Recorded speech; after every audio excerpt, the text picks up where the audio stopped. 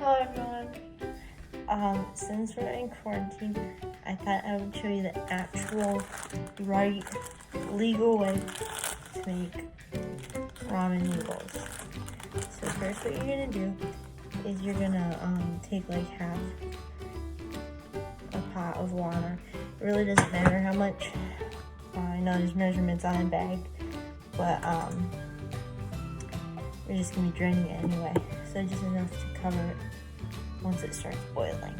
So you're gonna bring it to a boil, and then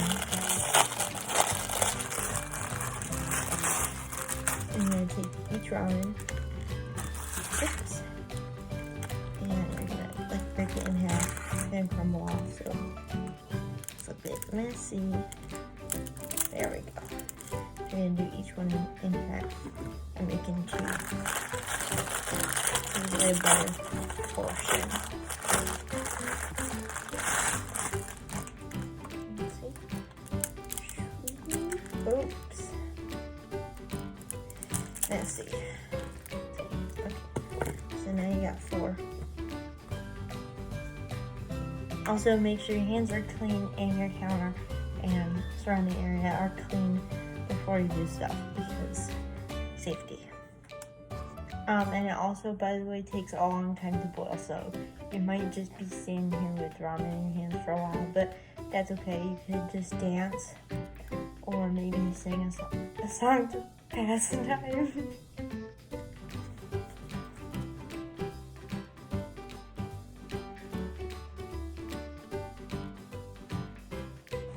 Okay, so now that your water is boiling, you're gonna want to put each one carefully into the pot. And I realized kind of that this pot is a little too small for 2 servings. It usually is a bigger one. I thought it was a bigger one, but it's not.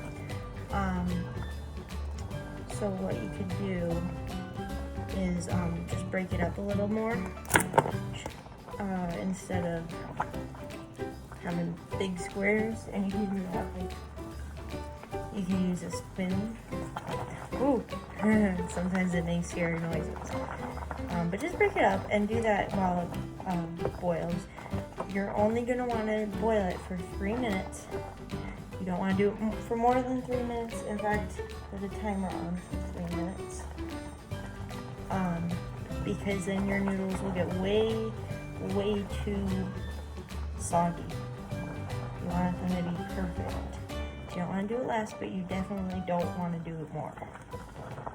So you just constantly push them around in those 3 minutes to make sure they break apart and they evenly cook.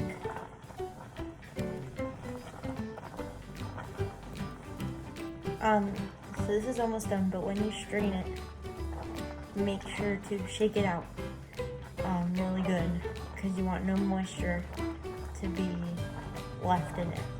You want to get it really good, so just shake it really good. I wanted to show you. I love the sound it makes when you do this.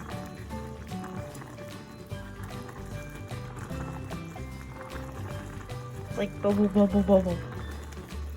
Okay, so you're gonna, after you boil it, you're gonna turn the heat off, put the pan back over, and then once you've shaken your noodles out completely, you're just gonna wanna right back into the pot. Make sure you get all the noodles back in. You don't want them to burn, so be careful when you put them back on the heat while you're putting the noodles in. Okay. So once you do that,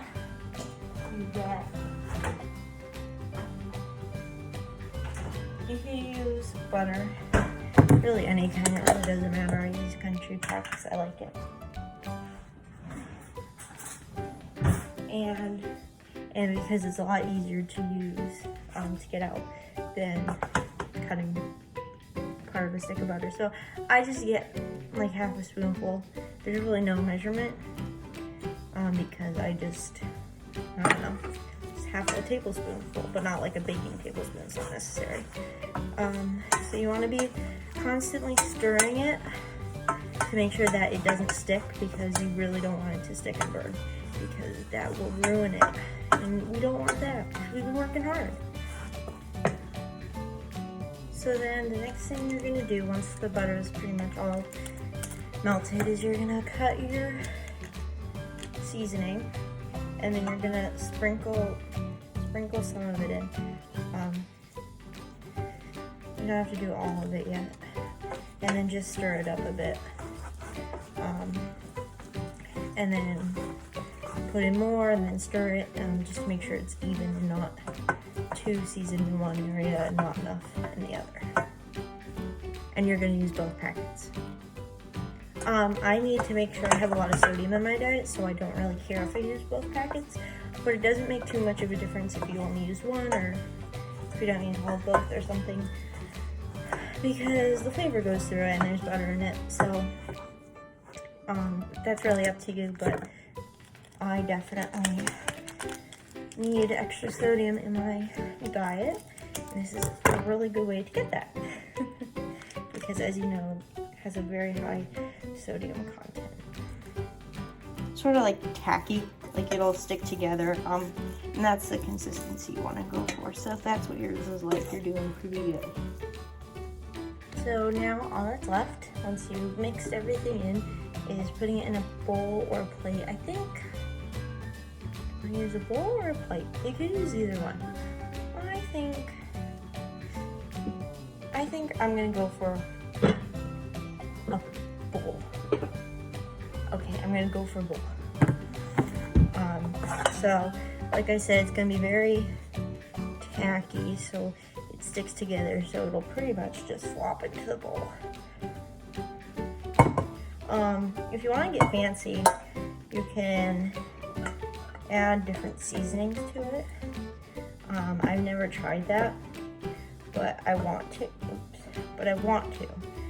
So if you try that, let me know what seasonings you used and if it was good.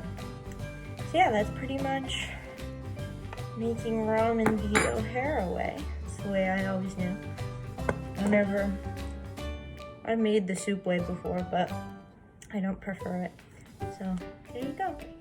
I hope you enjoyed. Happy quarantine.